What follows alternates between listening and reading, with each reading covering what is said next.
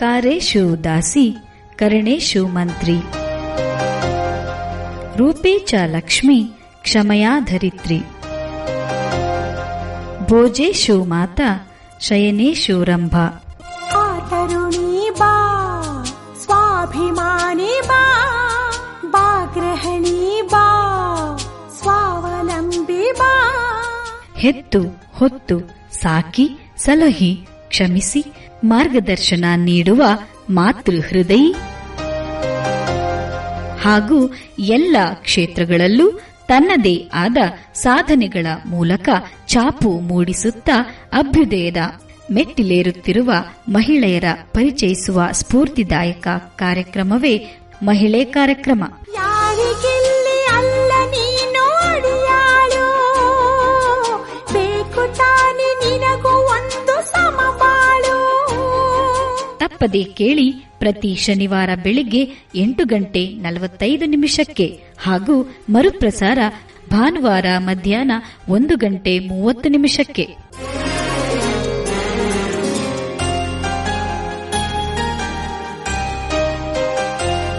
ಆತ್ಮೀಯ ಜನಧ್ವನಿ ಕೇಳುಗರಿಗೆಲ್ಲ ನಮಸ್ಕಾರ.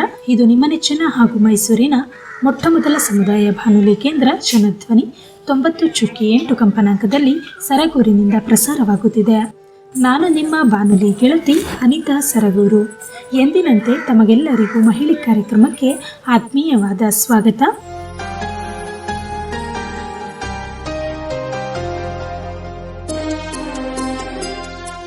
ಕೇಳುಗರೆ, ಪ್ರಸ್ತುತ ದಿನಗಳಲ್ಲಿ ಮಹಿಳೆಯರು ಹಲವಾರು ಕ್ಷೇತ್ರಗಳಲ್ಲಿ ಪುರುಷರಷ್ಟೇ ಸಮಾನವಾದ ಕೆಲಸಗಳನ್ನು ಮಾಡುತ್ತಿದ್ದಾರೆ.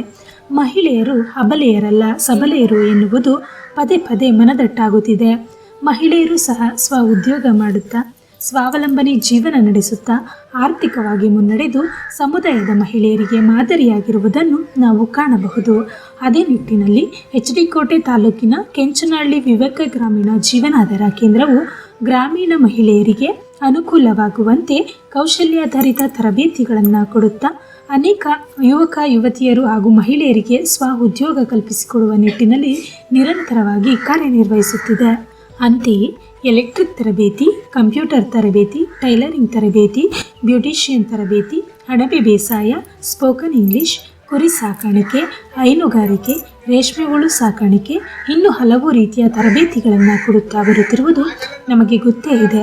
ಕೇಳಿದರೆ ಇವತ್ತು ನಾವು ಕೆಂಚನಹಳ್ಳಿ ವಿವೇಕ ಗ್ರಾಮೀಣ ಜೀವನಾಧಾರ ಕೇಂದ್ರದಲ್ಲಿ ಟೈಲರಿಂಗ್ ತರಬೇತಿಯನ್ನು ಪಡೆದು ಪ್ರಸ್ತುತ ಸ್ವ ಉದ್ಯೋಗ ಮಾಡುತ್ತಾ ಸ್ವಾವಲಂಬನೆ ಜೀವನ ನಡೆಸುತ್ತಾ ಆರ್ಥಿಕವಾಗಿ ಮುಂದುವರೆದ ಸರಗೂರು ತಾಲೂಕಿನ ತೆರಣಿಮುಂಟಿ ಗ್ರಾಮದ ಶ್ರೀಮತಿ ಮಂಗಳಮ್ಮರವರು ಇಂದು ನಮ್ಮೊಂದಿಗಿದ್ದಾರೆ. ಬನ್ನಿ ಈ ಟೈಲರಿಂಗ್ ತರಬೇತಿಯ ಕುರಿತು ಹಾಗೂ ಅವರ ಸ್ವ ಉದ್ಯೋಗದ ಕುರಿತು ಅವರ ಅನುಭವವನ್ನು ತಿಳಿಯೋಣ. ಅದಕ್ಕೂ ಮುಂಚೆ ಅವರನ್ನು ಕಾರ್ಯಕ್ರಮಕ್ಕೆ ಸ್ವಾಗತಿಸೋಣ. ಮೇಡಮ್, ಮೊದಲನೇದಾಗಿ ಕಾರ್ಯಕ್ರಮಕ್ಕೆ ಆತ್ಮೀಯವಾದ ಸ್ವಾಗತ ಮೇಡಮ್.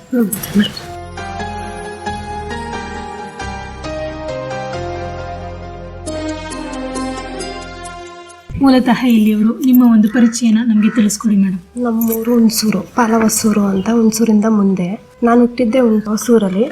ಅಲ್ಲಿಂದ ಬಂದು ಒಂದು 3ನೇ ತರಗತಿವರೆಗೂ ಓದಿಸ್ರು. ನಾವು 7 ಜನ ಅಕ್ಕ ತಂಗಿರು. ನಮ್ಮನೇಲಿ ಬಡತನ ಜಾಸ್ತಿ. ಆವಾಗ ಹುಟ್ಟಿ ಒಂದು 14 ವರ್ಷನೂ ಆಗಲಿಲ್ಲ ಮೇಡಮ್, ಚಿಕ್ಕ ವಯಸ್ಸಿಗೆ ಮದುವೆ ಮಾಡಿಬಿಟ್ರು. ಆವಾಗ ಇಲ್ಲಿಗೆ ಬಂದಿದ್ದು ಗೊತ್ತಾಗ್ತಿರ್ಲಿಲ್ಲ, ಒಂದು ಏನು ಮಾಡೋಕ್ಕೆ ಬರ್ತಿರ್ಲಿಲ್ಲ. ಆವಾಗ ಜೊತೆಲಿ ಒಂದು 7 ವರ್ಷ 8 ವರ್ಷ ಜೊತೆಲಿ ಇಡಿಸ್ಕೊಂಡ್ರು. ಮದುವೆ ಆದಮೇಲೆ 2 ಮಕ್ಕಳಾದವು.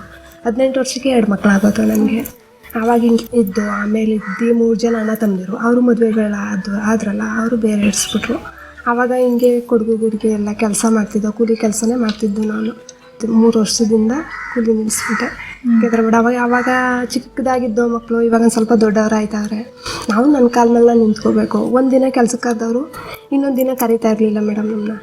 ಯಾಕೆಂದರೆ ಅವಳನ್ನೇನು ಕರ್ಕೊಂಡು ಹೋಗೋದು, ನಮ್ಮ ಪಡೆಗೆ ನಾವೇ ಹೋಗೋಣ ಮಾಡೋಣ ಅಂತ ಈ ಥರ ಎಲ್ಲ ಇಟ್ಕೊಂಡಿದ್ರು ಮನಸ್ಸಲ್ಲಿ. ಆಮೇಲೆ ಜಾಸ್ತಿ ಜನ, ಅರ್ಧ ಜನ ಕರ್ಕೊಂಡೋಗಿದ್ದು ವಾಪಸ್ಸು ಕಳಿಸ್ಬಿಡ್ತಿದ್ರು. ಅವಂಥರ ಬೇಜಾರಾಯ್ತಿತ್ತು. ಉಳಿತಾಯ ಸಂಘ, ಇಲ್ಲಿ ಸ್ವಸಹಾಯ ಸಂಘ ಅಂತ ಮಾಡ್ಕೊಂಡಿದ್ದೆವು. ಇವಳು ಪರಿಚಯ ಆಯಿತು. ಒಂದು 5 ವರ್ಷ 10 ವರ್ಷ ಪರಿಚಯ ಆಯಿತು. ಆವಾಗ ಇವಳಿಗೆ ಹೇಳಿದೆ, ಎಲ್ಲರೂ ಹೋಗೋಣ ಟೈಲರಿಂಗ್ ಕಲಿಬೋದಲ್ವ. ಇಲ್ಲ ಕಣೆ, ನನಗೆ ಹೋಗಿದ್ದು ಬರೋಣ, ಹಿಂಗೆ ಸೌಮ್ಯ ಅವರಿದ್ದಾರೆ ನನಗೆ ಪರಿಚಯ ಆಗಿರೋರು, ಹೋಗೋಣ ಅಂತ ಹೇಳ್ಕೊಂಡ್ರು. ಆವಾಗ ಇವಳನ್ನೇ ಕರ್ಕೊಂಡು ಕೇಳಿದೆ. ಆವಾಗ ಇವರೇ ಕರ್ಕೊಂಡೋದ್ರು, ಮಾದೇವಮ್ಮ ಅನ್ನೋರೇ ಕರ್ಕೊಂಡೋಗಿ ನನ್ನ ಅಲ್ಲೇ ಅಡ್ಮಿಷನ್ ಮಾಡಿಬಿಟ್ಟು ನನ್ನ ಹತ್ರ ಫೀಸ್ ಕಟ್ಟೋಕ್ಕೂ ದುಡ್ಡಿರಲಿಲ್ಲ. ಮಾದೇವಮ್ಮ ಅವರೇ ದುಡ್ಡು ಕೊಟ್ಟಿದ್ದು. ಅಷ್ಟು ಸ್ಟಾರ್ಟಿಂಗ್ 500 ರೂಪಾಯಿ ಕಟ್ಕೊಂಡಿದ್ರು. ಅಡ್ಜಸ್ಟ್ ಮಾಡ್ಕೊಂಡು ಅವಳ ಹತ್ರ ಇಲ್ಲ ಅಂದರೆ ನಾನು ಹಾಕೋತಿದ್ದೆ, ನನ್ನ ಹತ್ರ ಇಲ್ಲ ಅಂದರೆ ಅವಳು ಹಾಕೋತಿದ್ಲು.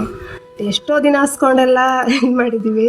ಆದರೆ ನಮ್ಮ ಮನೇಲಿ ಒಪ್ಪಿರಲಿಲ್ಲ. ನೀನು ಏನಕ್ಕೆ ಅಲ್ಲೆಲ್ಲ ಹೋಗ್ಬೇಕು, ಈ ಊರಿಂದ ಅವ್ರಿಗೆ ಹೋಗ್ಬೇಕಾ, ಡೈಲಿ ಬಸ್ ಚಾರ್ಜ್ ಜಾಸ್ತಿ ಆಯ್ತದ, ಎಲ್ಲ ಮಕ್ಕಳಿಗೆಲ್ಲ ಮಾಡ್ಬಿಟ್ಟು ನೀನು ಹೋಗೋದು ನಿಜನಾ, ಕಲಿಯೋದು ನಿಜನಾ, ನೀನು ಹೋಗೋದೇ ಬೇಡ, ಈ ಥರ ಎಲ್ಲ ಮಾತಾಡ್ತಿದ್ರು. ಆದರೆ ನನಗೆ ಏನಂದರೆ ನನ್ನ ಕಾಲ ಮೇಲೆ ನಾನು ನಿಂತ್ಕೋಬೇಕು. ಬೇರೆಯವ್ರ ಹತ್ರ ಏನಕ್ಕೂ ಆಗಲಿ ಸಹಾಯ ಪಡೀದೇ ಯಾರೂ ಇಲ್ಲ. ಆದರೂ ನಮ್ಮ ಕಾಲ ಮೇಲೆ ನಾವು ನಿಂತ್ಕೊಂಡು 4 ಕಾಸು ಸಂಪಾದನೆ ಮಾಡಬೇಕು, ನನ್ನಂತೆ ನಾವು ಇರಬೇಕು, ಬದುಕಬೇಕು, ಬಾಳಬೇಕು ಅನ್ನೋದೊಂದು ಆಸೆ ಇತ್ತು. ಅದರಿಂದ ಇವಳನ್ನ ಕೇಳಿಕೊಂಡು ಒಂದು 3 ತಿಂಗಳು ಸಖತ್ ಕಷ್ಟ ಬಿದ್ದವು ಮೇಡಮ್. ಒಂದೊಂದು ಟೈಮ್ ಊಟಕ್ಕೆ ತೊಂದರೆ ಆಗ್ತಿತ್ತು. 5 ಗಂಟೆ ಹೊತ್ತಿಗೆ ಎದ್ರೂ ಎಲ್ಲ ಮಾಡ್ಬಿಟ್ಟು ಹೋಗೋ ಅಷ್ಟರಲ್ಲಿ ಪಾಪ ಬಂದು ಕರ್ಕೊಂಡು ಹೋಗ್ತಿದ್ಲು. ಅದೊಂದಕ್ಕೆ ಬೇಜಾರು. ಇವತ್ತುವರೆಗೂ ಅಷ್ಟೇ ನಾವು ಇಬ್ಬರು ಹಾಗೆ ಚೆನ್ನಾಗಿದ್ವಿ. ಇವತ್ತೊಂದು ಕಷ್ಟನೇ ಆಗಲಿ ಸುಖನೇ ಆಗಲಿ ಅವಳು ಧೈರ್ಯ ಹೇಳೋಗಂಟ್ಲೆ ನಮ್ಮ ಮನೆಗೆ ಬಂದು ಹೇಳಿ ನಮ್ಮ ಯಜಮಾನ್ರಿಗೆ ಕಳಿಸಿ ಅಣ್ಣ ನಾನು ಜೊತೆಲಿ ಹೋಗ್ತೀನಿ, ಅವಳೇನು ಒಬ್ಬಳೇ ಹೋಗಲ್ಲ, ಅಯ್ಯೋ ಊರಲ್ಲಿ ಸರಿ ಇಲ್ಲ ಕಣವ ಆಡ್ಕೋತಾರೆ, ಇಲ್ಲಿಂದ ಅವಳು ಅಲ್ಲಿಗೆ ಹೋಗ್ಬೇಕಾ, ಇವಾಗ ಒಂದು ಬ್ಯಾಗ್ ತೊಗೊಂಡು ಹೋಗ್ಬೇಕಾ, ಹಂಗೆ ಹಿಂಗೆ ಅಂತ ಏನೋ ನಾನಾ ಥರ ಮಾತಾಡ್ತಿದ್ರು. ಅವಾಗ ಬೇಜಾರಾಯಿತು ನನಗೂ. ನಾನು ಮನಸ್ಸಲ್ಲಿ ಒಂದು ಭಾಗದಲ್ಲಿ ಹೋಗಲೇಬಾರ್ದು ಅಂದ್ಕೊಬಿಟ್ಟೆ. ಆಮೇಲೆ ಅನ್ನಿಸ್ತು ಯಾರು ಏನೇ ಅಂದ್ಕೊಳ್ಳಿ, ನಾನೊಬ್ರು ಸರಿಯಾಗಿದ್ದರೆ ಯಾರು ಏನು ಅಂದರೂ ನಮ್ಗೆ ಆಗಲ್ಲ ಅನ್ನೋದನ್ನ ಮನಸ್ಸಲ್ಲಿ ಇಟ್ಕೊಂಡು ಕಲೀಲೇಬೇಕು ಅನ್ನೋ ಆಸೆ. ಹೋಗಿ ಒಂದು 4 ದಿನ ಜೊತೆಲಿ ಬಂದವರು, ಅಯ್ಯೋ ಇವ್ರೇನು ಕಲ್ತ್ಬಿಡ್ತಾರಾ, ಹೋಗ್ಬಿಡ್ತಾರಾ, ಇವಳೇನು ಅಲ್ಲಿ ದಬ್ಬಾಕ್ಬಿಡ್ತಾಳ, ಏನೇನೋ ನಾನಾ ರೀತಿ ಮಾತುಗಳು ಆಡ್ತಿದ್ರು. ಆದರೆ ಇವಳು ಹೇಳಿದ್ಲು, ಇಲ್ಲ ಕಣೆ ನಾನು ಬಂದಿರೋದಕ್ಕೆ ಕಲೀಲೇಬೇಕು, ನಾನು ಅದು ಅಂತಾನೆ ಓದಿಲ್ಲ ಕಣೆ ಬೇಡ ಅಂತಲೆಲ್ಲ ಹೇಳಿದೆ. ಓದೋದ್ರೇನು ಅವರು ಸೌಮ್ಯ ಮೇಡಮ್ ಅವರು ಓದೋದ್ರೆ ಏನೂ ಇಲ್ಲ ಮಂಗಳವ್ರೆ, ತಲೆ ಇರಬೇಕಷ್ಟೇ, ಬುದ್ಧಿ ಚೆನ್ನಾಗೈತೆ, ಬುದ್ಧಿ ಒಂದೈತೆ ನಿಮಗೆ, ನಿಮ್ಮ ಕಲಿತೀರಿ ಅನ್ನೋ ಧೈರ್ಯ ಅದೇ, ಅವ್ರಿಗಿಂತ ನೀವೇ ಬೇಗ ಕಲಿಯೋದು. ಇಲ್ಲ ನೀವು ಕಲ್ತ್ಕೊಳ್ಳಿ, ಹಿಂಗೆಲ್ಲ ಹಿಂಗೆ ಮಾಡಿ ಇಷ್ಟು ಕಟಿಂಗ್ ಹೇಳ್ಕೊಡ್ತಿದ್ರು, ಗೊತ್ತಾಗಲಿಲ್ಲ ಅಂದರೂ ಕರೆದು ಹೇಳ್ಕೊಡ್ತಿದ್ರು. ನಾನೇ ಹೋಗಿ ಕೇಳ್ಕೊಳಕ್ಕೆ ಬೇಜಾರಾಯ್ತಿತ್ತು. ಇವರೆಲ್ಲ ಹೊಲ್ದು ಬಿಟ್ರೆ ನಾನು ಹೊಲಿದೇನೆ, ನನಗೆ ಒಂಥರ ತಲೆ ಕೆಟ್ಟು ಏನೇನೋ ಯೋಚನೆ. ಯಾಕೆಂದ್ರೆ ಹಿಂಗೆ ಎಲ್ಲ ಅಂತಾರೆ, ನಾನು ಕಲಿತೀನೋ ಇಲ್ವೋ, 15 ದಿನ ಗಂಟೆ ಬಂದಿದ್ದೀನಿ, ಏನೂ ಒಂಚೂರು ಮಿಷಿನೇ ತುಳಿಯೋಕೆ ಬರ್ತಾ ಇಲ್ವಲ್ಲ ಅಂತ. ಆಮೇಲೆ ಮಾದೇವಿ ಒಂದಿನ ಹೇಳಿದ್ರು ಮಾದೇವಮ್ಮರು, ಇಲ್ಲ ಕಣ್ಮಗಳ ಕಲಿಬೋದು, ನೀನು ಯಾಕೆ ಎದ್ರುಕೋಬಾರ್ದು, ಎಲ್ಲೇ ಹೋದ್ರು 4 ಕಾಸು ಸಂಪಾದನೆ ಮಾಡ್ತೀವಿ ಅನ್ನೋದು ಧೈರ್ಯ ಇರಬೇಕು, ನಿನ್ನ ಕಾಲ ಮೇಲೆ ನೀನು ನಿಂತ್ಕೋಬೇಕು. ನಿಮ್ಮ ಕುಟುಂಬದವರೆಲ್ಲ ಆಡ್ಕೊಂಡು ನಿಮ್ಗೆ ಕಳಿಸಲ್ಲ ಅಂತ ಹೇಳ್ತಿದ್ರಲ್ವ, ಅವರೆದ್ರು ನೀನು ಕಲ್ತ್ಕೊಂಡು ಹೊಲಿಲೇಬೇಕು ಅಂತ ಹೇಳೋಗಂಟ ಇವತ್ತು ನಮ್ಮನ್ನ ನಾವೇ ಹುಟ್ಟಿಸ್ಕೊಂಡು ತಿಂತೀವಿ. ಹೊರಗಡೆ ಪ್ರಪಂಚ ಏನು ಅಂತ ನಮ್ಗೆ ಅರ್ಧನೂ ಗೊತ್ತಿಲ್ಲದಿದ್ರೂ ಹಿಂಗೆ ಎಲ್ಲ ಹಿಂಗೆ ಮಾಡ್ಕೊಂಡು ಹೋಗ್ಬೋದು ಅನ್ನೋದು ಆಯ್ತು. ಬಾ ತರುಣಿ ಬಾ, ಸ್ವಾಭಿಮಾನಿ ಬಾ, ಬಾ ಗೃಹಿಣಿ ಬಾ, ಸ್ವಾವಲಂಬಿ ಬಾ, ಯಾರಿಗಿಲ್ಲಿ ಅಲ್ಲ ನೀನು ಅಡಿಯಾಳು, ಬೇಕು ತಾನೆ ನಿನಗೂ ಒಂದು ಸಮಬಾಳು, ತಾಯಿ ನೀನು, ತಂಗಿ ನೀನು, ಅಕ್ಕ ನೀನು, ಪತ್ನಿ ಪುತ್ರಿ ಗೆಳತಿ ಎಲ್ಲ ನೀನು, ಸೃಷ್ಟಿ ವೃಷ್ಟಿ ಸಮಷ್ಟಿಯೂ ನೀನು. ಪ್ರಸ್ತುತ ಕುಟುಂಬದಲ್ಲಿ ಯಾರ್ಯಾರಿದ್ದೀರಿ ಮೇಡಮ್? ನಾವು 4 ಜನ, ನಮ್ಮ ಯಜಮಾನ್ರು, ನಾನು, ನನ್ನ ಮಗಳು, ನನ್ನ ಮಗ. ಮಕ್ಕಳೇನು ಓದ್ತಾ ಇದ್ರು? ಮಕ್ಕಳು ಒಬ್ಬ ಫಸ್ಟ್ PUC ಓದ್ತಾವನೆ, ಒಬ್ಳು 9ನೇ ಕ್ಲಾಸ್ ಓದ್ತಾವಳೆ. ಮುಂದೆ ಅವ್ರನ್ನ ಒಳ್ಳೆ ಶಿಕ್ಷಣವನ್ನು ಕೊಡಿಸ್ಬೇಕು ಅನ್ನೋ ಗುರಿ. ನಾವೇನೋ ಓದಿಲ್ಲ, ನಮ್ಮ ಮಕ್ಕಳನ್ನಾದ್ರೂ ಚೆನ್ನಾಗಿ ಓದಿಸೋದ ಅಂತ ಅಂದ್ಕೊಂಡಿದ್ದೀವಿ. ಅಂದ್ಕೊಂಡಿರೋದೇನೋ ಮಾಡ್ತೀವಿ. ಒಟ್ಟು ಈ ಒಂದು ಸ್ವ ಉದ್ಯೋಗ ಕಲ್ತಿರೋದು, ಮಾಡ್ತಾ ಇರೋದು, ಈ ಪ್ರಸ್ತುತ ನೀವು ಇಷ್ಟು ಧೈರ್ಯವಾಗಿ ಮಕ್ಕಳಿಗೆ ಒಂದು ಶಿಕ್ಷಣ ಕೊಡಿಸ್ತೀನಿ ಅನ್ನೋ ಒಂದು ಧೈರ್ಯ ಬಂದಿದೆ. ಬಡತನದಲ್ಲಿ ಬೆಳೆದು ಬಂದೆ ಅಂತ ಹೇಳಿದ್ರಿ. ಸೊ ಬಾಲ್ಯದಲ್ಲೇ ಮದುವೆ ಆಯಿತು, ಒಂದು ಶಿಕ್ಷಣ ಕುಂಠಿತ ಆಯಿತು. ಆದರೆ ಈ ಒಂದು ಟೈಲರಿಂಗ್ ತರಬೇತಿ ಪಡೆಯೋದಕ್ಕೆ ಈ ಶಿಕ್ಷಣ ಕುಂಠಿತ ಆಗಿದ್ದು ಏನೂ ತೊಂದರೆ ಆಗಲಿಲ್ಲ? ಇಲ್ಲ ಮೇಡಮ್, ಆ ಥರ ಏನಿಲ್ಲ. ಶಿಕ್ಷಣ ಇಲ್ಲದೆ ಇದ್ರೂ ಈ ಒಂದು ತರಬೇತಿಯನ್ನು ಪಡ್ಕೋಬೋದು. ಅಷ್ಟು ಚೆನ್ನಾಗಿ ಹೇಳ್ಕೊಟ್ರು ಮೇಡಮ್ ಅವರು. ಆಸಕ್ತಿ ಇರಬೇಕು, ಕಲಿತೀನಿ ಅನ್ನೋ ಮನ್ಸಿದ್ರೆ ಏನ್ ಬೇಕಾದ್ರೂ ಮಾಡ್ಬೋದು ಅನ್ನೋದು ಇದರಿಂದ ನನಗೆ ಗೊತ್ತಾಗಿದ್ದು. ಆದ್ರೆ ಇದರಿಂದ ಗೊತ್ತಾಗ್ಲಿಲ್ಲ. ಏನಕ್ಕೆ ಅಂದ್ರೆ ಇದು ನಾನು ಕಲಿತೀನ ಅನ್ನೋದು ಹೆದರಿಕೆ ಜಾಸ್ತಿ. ಅವಾಗ ಇವ್ರು ಏನು ಹೇಳ್ಕೊಡ್ತಾರೋ, ಏನಂತಾರೋ, ಅದು ಬರಲಿಲ್ಲ ಅಂದ್ರೆ ಏನು ಮಾಡ್ತಾರೋ, ಆಮೇಲೆ ಏನಾದರೂ ಮಿಷಿನ್ ಏನಾರೋ ಪ್ರಾಬ್ಲಮ್ ಆಗ್ಬಿಡ್ತು, ಅದೊಂಥರ ಭಯ ಇರ್ತಿತ್ತು. ಹೋಯ್ತಾ ನಮಗೆ ಬೇಸಾಗೋಯ್ತು ಮೇಡಮ್. ಯಾಕೆಂದರೆ ನನಗೆ ಬರಲಿಲ್ಲ ಅಂದ್ರೂ ಮಾದೇವಮ್ಮ ಅವ್ರನ್ನಾದ್ರೂ ಕೇಳಿ ತಿಳ್ಕೊತಿದ್ದೆ ನಾನು. ಅಲ್ಲಿಂದ ಬಂದು ಇಲ್ಲಿ ಕೇಳ್ಕೊತಿದ್ದು. ಆಮೇಲೆ ಫೋನ್ ಮಾಡ್ತಿದ್ಲು, ಫೋನ್ ಮಾಡಿ ಹಿಂಗಲ್ಲ ಹಂಗೆ ಅಂತ ಹೇಳ್ತಿದ್ಲು. ಅಂದರೆ ಈ ಒಂದು 3 ವರ್ಷದ ಹಿಂದೆ ನೀವು ಈ ಒಂದು ತರಬೇತಿಯನ್ನು ಪಡ್ಕೊಂಡೆ ಅಂತ ಹೇಳಿದ್ರಿ. ಸೊ ಆ ಒಂದು ತರಬೇತಿ ಅನುಭವವನ್ನು ಹಂಚ್ಕೊಳ್ಳಿ ಮೇಡಮ್. ಆವಾಗ 3 ತಿಂಗಳವರೆಗೂ ಏನೇನು ಟ್ರೈನಿಂಗ್ ಕೊಟ್ಟರು ಅಂದರೆ, ಈಗ ಮಾಮೂಲಿ ಲಂಗ ಬ್ಲೌಸ್ ಹೇಳ್ಕೊಟ್ರು ಮೊದಲೇ, ಆಮೇಲೆ ಡ್ರೆಸ್ ಕಟಿಂಗ್ ಹೇಳ್ಕೊಟ್ರು, ಬ್ಲೌಸ್ ಕಟಿಂಗ್ ಹೇಳ್ಕೊಟ್ರು, ಶರ್ಟ್ ಕಟಿಂಗ್ ಹೇಳ್ಕೊಟ್ರು, ಮತ್ತು ಈ ಗಂಡ್ಸ್ಗಳಿಗೆ ಲಾಡಿ ಚಡ್ಡಿ ಬರುತ್ತಲ್ಲ ಅದು ಹೇಳ್ಕೊಟ್ರು. ಅದರಲ್ಲಿ ನಾವು ಕಲ್ತಿರೋ ಅಂಥದ್ದು ಮೇಡಮ್, ಅದು ಕಷ್ಟಪಕ್ಕಾರವಾಗಿರೋ ಅಂಥದ್ದನ್ನ ನಾವು ಕಲಿಯೋಕ್ಕಾಗಲಿಲ್ಲ. ಯಾಕೆಂದರೆ 3 ತಿಂಗಳಲ್ಲಿ ನಾವು ಏನು ಕಲಿಯ ಅಂತ 1 ತಿಂಗಳಲ್ಲೇ ಕಲಿಯ ಅಂತದ್ದು ಐತೆ ಅಂತ ಹೇಳ್ತಾರೆ. ಇದರಲ್ಲಿ ಸಖತ್ ಕಷ್ಟ ಐತೆ ಮೇಡಮ್. ಯಾಕೆಂದರೆ ಯಾವ ಮೂಲೆನೇ ಯಾವ ಕಡೆ ಸೇರಿಸ್ಬೇಕು ಅನ್ನೋದು ನಮಗೆ ಗೊತ್ತಿರ್ತದೆ, ಹೇಳೋರ್ಗೆ ಗೊತ್ತಾಗಲ್ಲ. ಆದರೆ ಅಂಥದ್ರಲ್ಲೂ ಅವ್ರು ಹೇಳ್ಕೊಟ್ಟವ್ರೆ, ಡ್ರೆಸ್ ಕಟಿಂಗ್ ಹೇಳ್ಕೊಟ್ಟವ್ರೆ, ಮತ್ತು ಲಂಗ ಬ್ಲೌಸ್ ಹೇಳ್ಕೊಟ್ಟವ್ರೆ, ಎಲ್ಲನೂ ಕ್ಲಿಯರಾಗಿ ಇವಾಗ ಕಲಿತೀವಿ ಮೇಡಮ್. ಅಂದರೆ ನೀವು ಈ ಒಂದು ತರಬೇತಿಯನ್ನು ಪಡಿಬೇಕಾದ್ರೆ ಏನೆಲ್ಲ ಸವಾಲುಗಳನ್ನ ಎದುರಿಸಿದ್ರಿ? ಸವಾಲು ಅಂದರೆ ಹೇಳ್ಕೊಡೋದು ಅಂದರೆ ಏನು ಅಂದರೆ ಆದರೆ ಸರಿಯಾಗಿ ಗೊತ್ತಾಗ್ದೋಗಿರೋದನ್ನು ಗೊತ್ತು ಮಾಡಿದ್ರಲ್ಲ, ಅದಕ್ಕೊಂದು ಖುಷಿ ಪಡಬೇಕು ಅವರು ಸೌಮ್ಯ ಅವ್ರಿಗೆ ಎಲ್ಲ ಹೇಳ್ಕೊಟ್ರಲ್ಲ, ಅದೊಂದು. ಕೊರೋನಾ ಟೈಮು ಅಂದರೆ ಮೇಡಮ್ ಬಸ್ಗೆ ಇಲ್ಲಿಂದ ಹೋಗೋದೇ ಒಂದು ಹಿಂಸೆ. 3 ಕಿಲೋಮೀಟ್ರ್ ಇಬ್ಬರು ನಡಿಬೇಕು, ಆ ಕಡೆಯಿಂದ 3 ಕಿಲೋಮೀಟ್ರ್ ಬರಬೇಕು. ಆಟೋಗಳಲ್ಲಿ ಜಾಸ್ತಿ ಹತ್ತಿಸ್ಕೊತಾ ಇರಲಿಲ್ಲ, ಕೂಡ್ಸ್ಕೊತಾ ಇರಲಿಲ್ಲ. ಅವಾಗೆಲ್ಲ ಬಾಯಿಗೆ ಬಟ್ಟೆ ಹಾಕೊಂಡು ಸಖತ್ ಹಿಂಸೆ ಮೇಡಮ್. ಆ ಟೈಮಲ್ಲಿ ಸಖತ್ ಕಷ್ಟಪಟ್ಬಿಟ್ಟಿದ್ವಿ. ಇಲ್ಲಿಂದ ಕೆಂಚನಹಳ್ಳಿವರೆಗೂ ನಡೆದಿದ್ದೀವಿ, ಸುಮಾರು ಅಲ್ಲಿ ಬಸಾಪುರ ಕಂಟನೂ ನಡೆದಿದ್ದೀವಿ ಮೇಡಮ್. ಎಷ್ಟು ಕಿಲೋಮೀಟ್ರ್ ಇಲ್ಲಿಂದ? ಅಂದರೆ ತೆರಣಿಮುಂಟಿಯಿಂದ ಕೆಂಚನಹಳ್ಳಿಗೆ ಅಂದರೆ 20 ಕಿಲೋಮೀಟ್ರೇ ಮೇಡಮ್. ಅಲ್ಲಿಂದ ಒಂದು 5 ಕಿಲೋಮೀಟರ್ ಆದ್ರೂ ನಡೆದು ಬಿಟ್ಟಿದ್ದು ಭಯ, ಕಳಿಸ್ತಾರೋ. ಇವತ್ತು ಲೇಟ್ ಆಗ್ಬಿಟ್ರೆ ಬಸ್ ಮಿಸ್ ಆದ್ರೆ ಮೇಡಮ್ ಅಲ್ಲಿಂದ ಪುನಃ ನಡ್ಕೊ ಬರೋ ಗಂಟೆ 6 ಗಂಟೆನೇ ಅನ್ಕೊಳ್ಳಿ. ಯಾಕೆಂದ್ರೆ ಕರೆಕ್ಟಾಗಿ 4:15ಗೆ ಬಸ್ ಬರ್ತಿರ್ಲಿಲ್ಲ. 5 ಗಂಟೆ ಆದ್ರೂ ಆಯ್ತಿತ್ತು, 4:45 ಆದ್ರೂ ಆಯ್ತಿತ್ತು, ಒಂದೊಂದು ದಿನ 5:15ನೇ ಆಗೋಯ್ತಿತ್ತು. ಆವಾಗ ಇಲ್ಲಿಗೆ ಬರೋ ಗಂಟೆ ಏನಂತಾರೋ ಏನೋ, ಅಯ್ಯೋ ಜನ ಆಡ್ಕೋತಾರೆ, ಆಮೇಲೆ ಮನೆಯವ್ರು ಭಯ ಪಟ್ಕೋತಾರೆ, ಇಬ್ಬರೇ ಹೋಗವ್ರೆ ಅಂತ ಏನಾರ ಅನ್ಕೋತಾರೆ ಅಂತ ಅಂದ್ಬಿಟ್ಟು ನಡ್ಕೊಂಡಾದ್ರೂ ಬಂದ್ಬಿಡ್ತಿತ್ತು ಮೇಡಮ್ ಅರ್ಧ ಗಂಟೆ. ಅಂದರೆ ಇಷ್ಟೆಲ್ಲ ಕಷ್ಟಪಟ್ಟು ನೀವು ಈ ಒಂದು ತರಬೇತಿಯನ್ನು 3 ತಿಂಗಳು ಪೂರ್ಣವಾಗಿ ಕಲ್ತು ಇವಾಗ ಪ್ರಸ್ತುತ ಸ್ವಉದ್ಯೋಗ ಮಾಡ್ತಾ ಇದ್ದೀವಿ. ಏನು ಹೊಲಿತಿದ್ದೀರಾ? ಇವಾಗ ಬ್ಲೌಸ್ ಹೊಲಿತೀನಿ, ಲಂಗ ಜಾಕೆಟ್ ಹೊಲಿತೀನಿ, ಮತ್ತು ಫ್ರಾಕ್ಗಳು ಹೊಲಿತೀವಿ, ಈ ಥರ ಮಾಡ್ತಾ ಇದ್ದೀವಿ. ಈ ಹಿಂದೆ ಹೇಗಿದ್ರಿ? ಪ್ರಸ್ತುತ ಆರ್ಥಿಕವಾಗಿ ಹೇಗಿದ್ರಿ? ಹಿಂದೆ ಅಂದರೆ ಏನೂ ಗೊತ್ತಿರಲಿಲ್ಲ ಮೇಡಮ್, ಏನು ಹೊಲಿಯಕ್ಕೆ ಗೊತ್ತಿರಲಿಲ್ಲ. ಇನ್ನೊಬ್ರ ಹತ್ರ ತಗೊಂಡೋದ್ರು 10 ರೂಪಾಯಿಗೆಲ್ಲ ಇದು ಮಾಡಬೇಕಾಗಿತ್ತು. ಈ ಕೂಲಿ ಮಾಡ್ಕೊಂಡು ಬಂದರೆ ಮನೆ ಆಯಿತು, ನಾವಾಯಿತು, ಹಿಂಗಿರ್ತಿದ್ದೋ. ಇವಾಗ ಅಂದರೆ ನಮ್ಮ ಮನೆಗಳಲ್ಲೇ ನಮ್ಗೆ ಸಪೋರ್ಟ್ ಮಾಡ್ತಾರೆ ಮೇಡಮ್. ಒಟ್ಟು ಆ ತರಬೇತಿಗೆ ಹೋಗ್ಬೇಕಾದ್ರೆ ಕುಟುಂಬದ ಸಹಕಾರ ಚೆನ್ನಾಗಿತ್ತ ನಿಮ್ಗೆ? ಹೌದು ಮೇಡಮ್. ಇಲ್ಲ ಮೊದಲು ಹೋಗ್ಬೇಡ ಅಂತಲೇ ಇದ್ದರು. ಆಮೇಲೆ ಒಂದು ವಾರ 15 ದಿನ ಆದಮೇಲೆ ಏನಾದ್ರು ಇಲ್ಲಿ ಕಲಿತಾ ಇದ್ರೆ, ಏನಾದ್ರು ಕೂತ್ಕೊಂಡು ಇದು ಮಾಡ್ತಾಯಿದ್ರೆ, ಕಟಿಂಗ್ಗಳು ಪೇಪರ್ ಕಟಿಂಗ್ ಎಲ್ಲ ಮಾಡ್ತಾಯಿದ್ರೆ, ಏನೋ ಕಲ್ತ್ಕೋದಾಗ ಇನ್ನೇನು ಮಾಡೋಕ್ಕಾಯ್ತದೆ ಅಂತ ಆಮೇಲೆ ಅವರೇ ಸಪೋರ್ಟ್ ಮಾಡಿದ್ರು ಮೇಡಮ್. ನಮ್ಮ ಯಜಮಾನ್ರು ಅಂತ ಹೇಳ್ಬಾರ್ದು, ಅವರು ಚಿನ್ನಕ್ಕಿಂತನೂ ಹೆಚ್ಚು. ಅವರೇ ಏನೇ ಆದ್ರೂ ಹೋಗು ಪರವಾಗಿಲ್ಲ, ಹೋಗಿ ಮಾಡು, ಯಾರು ಏನಾರು ಅಂದ್ಕೊಳ್ಳಿ ಅಂತ ಅವರೊಂದು ಧೈರ್ಯ ಹೇಳೋಗಂಟ್ಲೆ ನಾನು ಇವತ್ತಿಲ್ಲಿ ಬೆಟ್ಟಕ್ಕೆ ಬಂದಿದ್ದೀನಿ. ಅಂದರೆ ಒಂದು ಕೂಲಿ ಕೆಲಸ ಮಾಡಿಕೊಂಡು ಇದ್ದವರು ಅಂತ. ಹೌದು. ನಿಮಗೆ ಈ ಟೈಲರಿಂಗ್ ತರಬೇತಿಯನ್ನು ಪಡ್ಕೋಬೇಕು, ಈ ವೃತ್ತಿನೇ ಆಯ್ಕೆ ಮಾಡ್ಕೋಬೇಕು ಅಂತ ಯಾಕೆ ಅನ್ನಿಸ್ತು? ಆಸಕ್ತಿ ನನಗೆ ಹೆಂಗೆ ಅಂದರೆ ಮೇಡಮ್, ಇವಳು ಮಾದೇವಮ್ಮ ಅವ್ರು ಹೇಳಿದ್ರು ಟೈಲರಿಂಗ್ ಹೋಗೋದಾ ಅಂತ ಒಂದು ಮಾತು ಹೇಳಿದರು ಮೇಡಮ್. ನನಗೆ ಹೇಳಿದ್ಮೇಲೆ ನನಗೂ ಒಂಥರ ಖುಷಿ ಆಯಿತು. ಹೊಲಿಯೋದು ನೋಡಿದ್ರೆ ನನಗೆ ಚಿಕ್ಕದ್ರಿಂದ ಮಿಷಿನ್ ಈ ಬಟ್ಟೆ ಹೊಲಿಯೋದು ಕಲಿಬೇಕು ಅನ್ನೋ ಆಸಕ್ತಿ ಇತ್ತು. ಆದರೆ ನನಗೆ ಓದಿಲ್ವಲ್ಲ ಮೇಡಮ್, ಅದರಿಂದ ನನಗೆ ಓದಿಲ್ವಲ್ಲ, ನಾನು ಏನು ಹೋಗಿ ಕಲಿಯೋಕ್ಕಾಗಲ್ಲ ಅಂತ ಅಂದ್ಕೊಂಡಿದ್ದು. ಅಲ್ಲಿ ಕಲಿಬೋದು ಅಂತ ಹೇಳ್ಕೊಟ್ಲಲ್ಲ, ಅದೊಂದೇ ನನಗೆ ನೆಮ್ಮದಿ. ಇವತ್ತು ಒಂದು ಮನಸ್ಸಲ್ಲಿ ಹೇಳ್ಕೊಡ್ತಾಳೆ, ಯಾವುದನ್ನೇ ಆದ್ರೂ ಹಿಂಗೆ ಕಲಿಬೋದು, ಹಿಂಗೆ ಮಾಡ್ಬೋದು, ಎಲ್ಲದಕ್ಕೂ ಎದುರ್ಕೋತೀಯ, ಎಲ್ಲದಕ್ಕೂ ಭಯ ಪಡ್ತೀಯ, ಕಲಿಬೋದು, ಮಾಡು ಅಂತ ಮನೆಯವರು ಅಷ್ಟೇ ಸಪೋರ್ಟ್ ಕೊಟ್ಟರು ಮೇಡಮ್. ಮಾಡ್ಬೋದು, ಏನಿಲ್ಲ ಮಾಡಿ, ಇದೆಲ್ಲ ಮಾಡ್ದೆ ಮನ್ಸು ಪಡ್ಬೇಕಷ್ಟೇ. ಯಾವುದನ್ನೇ ಆದರೂ ಮಾಡೋಕ್ಕೆ ಒಂದು ಮನ್ಸೊಂದು ಚೆನ್ನಾಗಿದ್ರೆ ಯಾವ್ದಾದ್ರು ಮಾಡ್ಬೋದು ಮೇಡಮ್.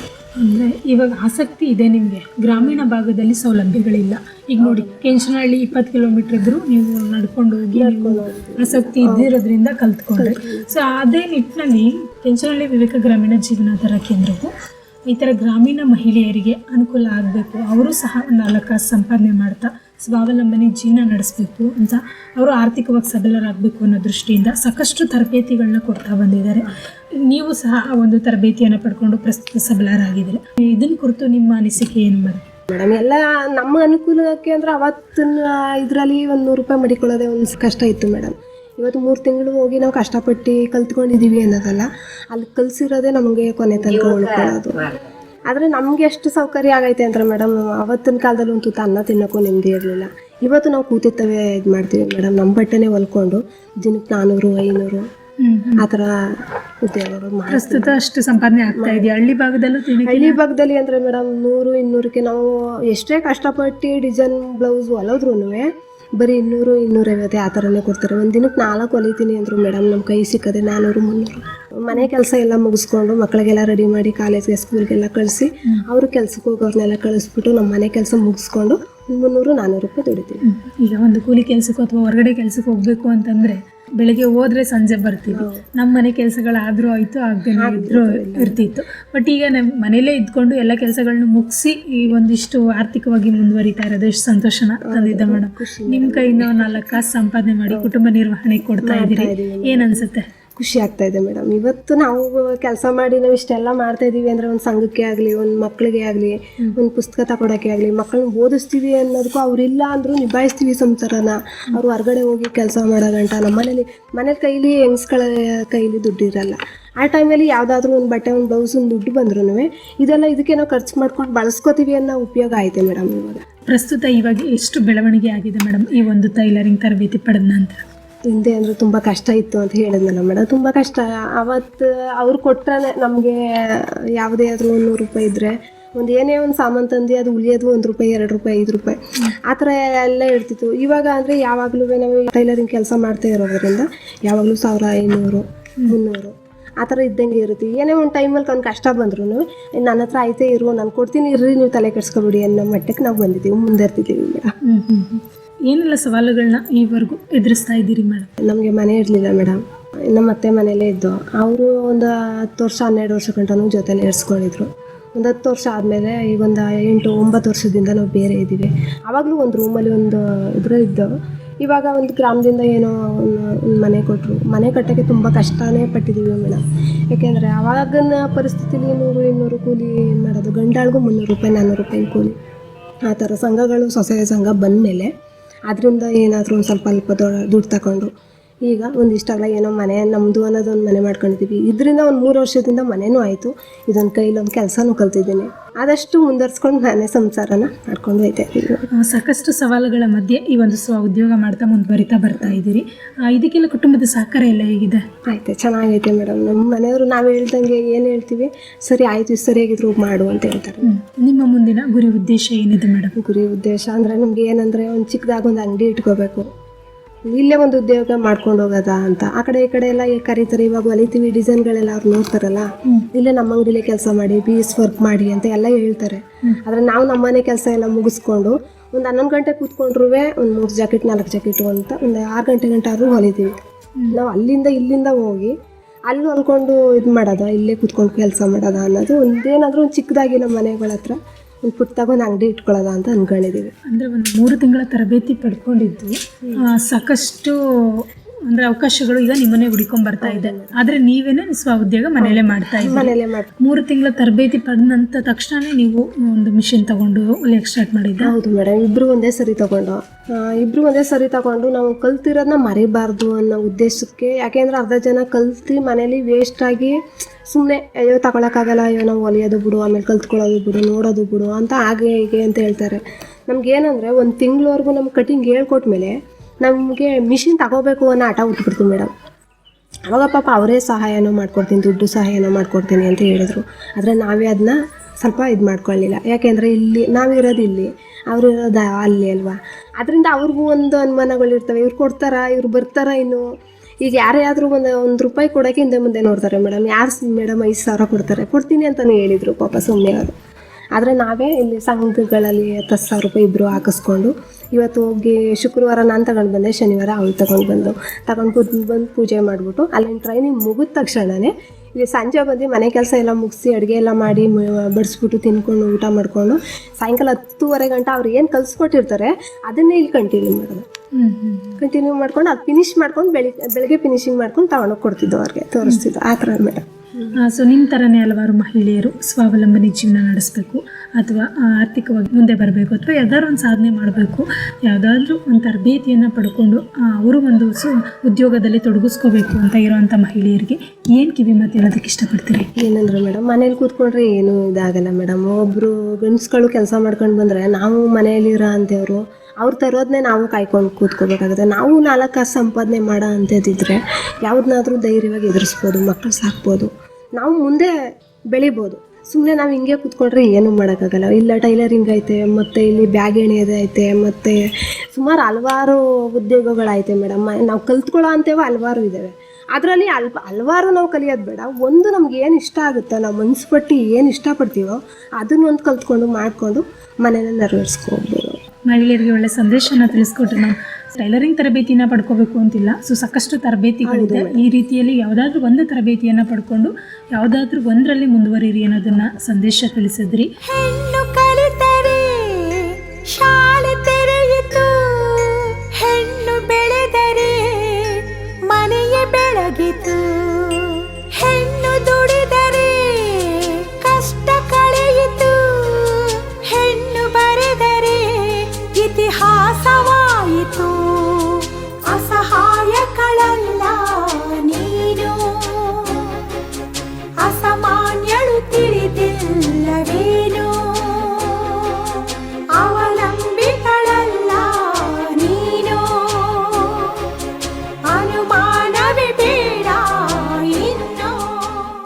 ಈಗ ನಿಮ್ಮ ಸೊಸೆ ಈ ಒಂದು ಟೈಲರಿಂಗ್ ತರಬೇತಿಯನ್ನು 3 ವರ್ಷದ ಹಿಂದೆ ಕಲ್ತ್ಕೊಂಡು ಈಗ ಪ್ರಸ್ತುತ ಸ್ವ ಉದ್ಯೋಗ ಮಾಡ್ತಾ ಇರೋದು ನಿಮ್ಗೆ ಏನು ಅನ್ನಿಸ್ತಿದೆ? ನಮ್ಗೆ ಅಂತಂದ್ರೆ ಮುಂದಿಗೆ ಕೂಲಿ ಕೆಲ್ಸಕ್ಕೆ ಹೋಯ್ತಿತ್ತು, ಏನೋ ರಟ್ಟ ಜೋಣ್ಕ ಇದ್ಕೊಂಡ್ರು. ಈಗ ಅವರು ಮುಂದರಿಬೇಕು ತಾನೆ. ಈಗ ಅದು ಟೈಲರಿಂಗ್ ಓದ್ತೊಟ್ಟಿಂದ ಈಗ ಪರ್ಮನೆಂಟ್ ಚೆನ್ನಾಗಿ ಸಂಪಾದನೆ ಮಾಡ್ತಾರೆ. ನಿಮಗೆ ಖುಷಿ ಇದೆಯಾ? ನಮಗೆ ಖುಷಿ. ಹೆಂಗೆ ಮಾಡ್ಕೊಂಡು ಕಾಪಾಡ್ಕೊಂಡು ಮಕ್ಕಳ ಬುದ್ಧಿ ಬೇಕಾಗಿ ಸರಿಯಿಂದ ಕಲಿಬೇಕು. ಸಾಕಷ್ಟು ಸವಾಲುಗಳ ಮಧ್ಯೆ ಈ ಒಂದು ತರಬೇತಿಯನ್ನ ಕಲ್ತ್ಕೊಂಡಿದ್ದಾರೆ. ಏನ್ ಅನ್ಸುತ್ತೆ? ನಮಗೆ ಸಂತೋಷ. ಒಟ್ಲ ನಮ್ಗೆ ಈಗ ಪರ್ಮನೆಂಟ್ ಅಂತ ಅಂದ್ರು ಅಗ್ಗು ಇಗುವಿ ಪರ್ಮನೆಂಟ್ ಎಲ್ಲಕ್ಕೂ ಆಡ್ತಾರೆ ಮೇಡಮ್ನವರು. ನಾವು ಸರಿಗಿದ್ರೆ ಏನು ಮಾಡಲ್ಲ, ಎಲ್ಲಕ್ಕೂ ಆಡ್ಕೋತಾರ. ಈಗ ಮಕ್ಳಿಗೆ ಅನ್ನ ಕಣಿಸ್ಬಿಡ್ಬಾ, ಇದ್ದೇ ಬೀಸ ಕಣಿಸ್ಬಿಡ್ಬಾ, ಅವ್ರು ಚೆನ್ನಾಗಿದ್ರು ಸರಿ. ಒಳ್ಳೇದಾಗ್ಲಿ ಮಕ್ಕಳು ಅಂತೂರು ಕಾಪಾಡ್ಲಿ, ಅವಕ್ಕ ಒಳ್ಳೇದಾಗ್ಲಿ. ಜೀವನ ಅವ್ರು ಮಾಡಬೇಕು. ಧನ್ಯವಾದ. ಕೊನೆಯದಾಗಿ ನಮ್ಮ ಜನಧ್ವನಿ ಕೇಳುಗರಿಗೆ, ಸಮುದಾಯದ ಜನತೆಗೆ ಏನು ಸಂದೇಶ ಹೇಳೋದಕ್ಕೆ ಇಷ್ಟಪಡ್ತೀರಿ? ಒಂದು ಬದುಕಬೇಕು, ನಾವು ಮುಂದೆ ಬದುಕಿ ನಮ್ಮ ಜೀವನ ನಾವು ಸಾಗಿಸ್ಬೇಕು, 4 ಜನದ ಎದುರಿಗೆ ನಾವು ಸಮವಾಗಿ ನಿಂತ್ಕೋಬೇಕು ಅಂದರೆ ಕೈಲಿರೋ ಅಂಥದ್ದನ್ನೇ ಉಪಯೋಗಿಸ್ಕೊಂಡು ಏನಾದರೂ ಸೌಲಭ್ಯಗಳನ್ನ ಪಡ್ಕೊಂಡು ನಾವು ಮಾಡೋದು ಕಲಿಬೇಕು ಮೇಡಮ್. ಇನ್ನೊಬ್ರು ಆಡ್ಕೋತಾರೆ ಅಂತ ಯಾರೂ ಮಾಡಲ್ಲ ಮೇಡಮ್. ನಮ್ಮ ಕಾಲ ಮೇಲೆ ನಾವು ನಿಂತ್ಕೋಬೇಕು ಅನ್ನೋ ಛಲ ಇರಬೇಕು. ಅದೊಂದಿದ್ರೆ ನಾವೆಲ್ಲಾದರೂ ಹೋಗಿ ಬದುಕಬೇಕು. ಇವತ್ತು ನಮ್ಮ ಕೈಲಿ ನಾವು ಕೆಲಸ ಕಲ್ತಿದ್ರೆ ಎಲ್ಲಾದರೂ ಹೋಗಿ ಒಂದು ಬದುಕಿ ನಾವು ಜೀವನ ಮಾಡ್ಬೋದು ಮೇಡಮ್. ನಾವು ಏನೂ ಕಲಿದಾನೆ ಮನೆಯಲ್ಲೇ ಇದ್ಕೊಂಡು ಅವ್ರು ಆಡ್ಕೋತಾರೆ ಇವ್ರು ಆಡ್ಕೋತಾರೆ ಅಂದ್ರೆ ನಾವು ಮುಂದೆ ಬರೋಕ್ಕಾಗಲ್ಲ. ಅದಕ್ಕೋಸ್ಕರ ಇದನ್ನ ನಾನು ಹೇಳ್ತಾ ಇದ್ದೀನಿ ಮೇಡಮ್. ಅಂದರೆ ಈ ಫ್ಯಾಷನ್ ಡಿಸೈನಿಂಗ್ ಕಲ್ತಿರೋದು ನಿಮ್ಗೆ ತುಂಬ ಅನುಕೂಲ. ಹೌದು ಮೇಡಮ್, ನಾವು ಕಲಿಯುತ್ತಿದ್ದು ನಾನು ಇವಾಗೆಲ್ಲೂ ನಾವು ಕೆಲಸಕ್ಕೆಲ್ಲೂ ಹೋಗ್ತಾ ಇಲ್ಲ ಮೇಡಮ್. ಹಬ್ಬ ಹುಣ್ಣಿಮೆ ಬಂದರೆ ನಾವು ನೈಟ್ ಎಲ್ಲ ನಿದ್ದೆನೇ ಮಾಡೋಕ್ಕಾಗೋದಿಲ್ಲ, ಆ ಥರ ಹೊಲಿತೀವಿ. ನಮಗೆ ನಮ್ಮ ಜೀವ ಇವಾಗ ಗಟ್ಟಿಯಾಗಿರ್ಬೇಕಷ್ಟೇ. ನಾವು ಏನಾದರೂ ಮಾಡ್ತೀವಿ ಅಂತಂದರೆ ಎಲ್ಲಾದರೂ ಒಂದು ಕಾರ್ಯಗಳಿಗೆ ಹೋದರೆ ಅಯ್ಯೋ ನಾನು ಅವ್ರಿಗೆ ಬ್ಲೌಸ್ಗಳು ಕೊಟ್ಟಿಲ್ಲ, ಇದು ಕೊಟ್ಟಿಲ್ಲ, ಬೇಗ ಬರಬೇಕಲ್ಲ ಅನ್ನೋ ಭಯ. ಈಗ ಆಗ ಊರುಗಳಿಗೆ ಹೋದರೆ 1 ವಾರ 15 ದಿನ ಎಲ್ಲ ಇಡ್ಸಿದ್ದು, ಇವಾಗ ಇರೋಕ್ಕಾಗ್ತಾ ಇಲ್ಲ. ಸಾಕಷ್ಟು ನಿಮ್ಮ ಕೆಲಸದಲ್ಲಿ ನಿಮ್ಮನ್ನು ತೊಡಗಿಸ್ಕೊಂಡಿದ್ದೀರಿ. ಭಾಳ ಸಂತೋಷ ಮ್ಯಾಮ್. ಇಷ್ಟೊತ್ತು ನಮ್ಮ ಜೊತೆ ಇದ್ದು ನಿಮ್ಮ ವೈಯಕ್ತಿಕ ಜೀವನ ಹಾಗೂ ಸ್ವ ಉದ್ಯೋಗದ ಕುರಿತು ಸಾಕಷ್ಟು ವಿಚಾರಗಳನ್ನ ನಮಗೆ ಮತ್ತು ನಮ್ಮ ಕೇಳುಗರಿಗೆ ತಿಳಿಸ್ಕೊಟ್ಟಿದ್ದಕ್ಕೆ ಬಾನುಲಿ ಕೇಂದ್ರದ ಪರವಾಗಿ, ಕೇಳುಗರ ಪರವಾಗಿ ಧನ್ಯವಾದಗಳು ಮೇಡಮ್. ಥ್ಯಾಂಕ್ಸ್. ಸಾಕಷ್ಟು ಮಹಿಳೆಯರಿಗೆ ಪ್ರೇರಣೆ ಕೊಡುವಂಥ ವಿಚಾರಗಳನ್ನ ತಿಳಿಸ್ಕೊಟ್ಟಿದ್ರಿ. ಮತ್ತೊಮ್ಮೆ ತಮಗೆ ಒಳ್ಳೆಯದಾಗಲಿ ಮೇಡಮ್. ಸರಿ ಕೇಳುಗರೆ, ಇಷ್ಟೊತ್ತು ಕೇಳ್ತಾ ಇದ್ರಿ HD ಕೋಟೆ ತಾಲೂಕಿನ ಕೆಂಚನಹಳ್ಳಿಯ ವಿವೇಕ ಗ್ರಾಮೀಣ ಜೀವನಾಧಾರ ಕೇಂದ್ರದಲ್ಲಿ ತರಬೇತಿಯನ್ನು ಪಡೆದು ಸ್ವ ಉದ್ಯೋಗ ಮಾಡುತ್ತಾ ಸ್ವಾವಲಂಬನೆ ಜೀವನ ನಡೆಸುತ್ತಿರುವ ಸರಗೂರು ತಾಲೂಕಿನ ತೆರಣಿಮುಟ್ಟಿ ಗ್ರಾಮದ ಶ್ರೀಮತಿ ಮಂಗಳಮ್ಮರವರ ಜೊತೆಗಿನ ಸಂದರ್ಶನ ಕಾರ್ಯಕ್ರಮವನ್ನು ಕೇಳ್ತಾ ಇದ್ರಿ. ಇದು ಇವತ್ತಿನ ಮಹಿಳೆ ಕಾರ್ಯಕ್ರಮ. ಮತ್ತೆ ಮತ್ತೊಂದು ಮಹಿಳೆ ಕಾರ್ಯಕ್ರಮದಲ್ಲಿ ನಿಮ್ಮನ್ನು ಭೇಟಿಯಾಗ್ತೀನಿ. ಅಲ್ಲಿಯವರೆಗೂ ಕೇಳ್ತಾ ಇರಿ ಜನಧ್ವನಿ. ಇದು ನಿಮ್ಮ ಧ್ವನಿ, ನಿಮ್ಮೂರಿನ ಧ್ವನಿ, ಜನರ ಧ್ವನಿಯಾದ ಜನಧ್ವನಿ 90.8 ಕಂಪನಾಂಕದಲ್ಲಿ ಸರಗೂರಿನಿಂದ ಪ್ರಸಾರವಾಗುತ್ತಿದೆ. ನಮಸ್ಕಾರ.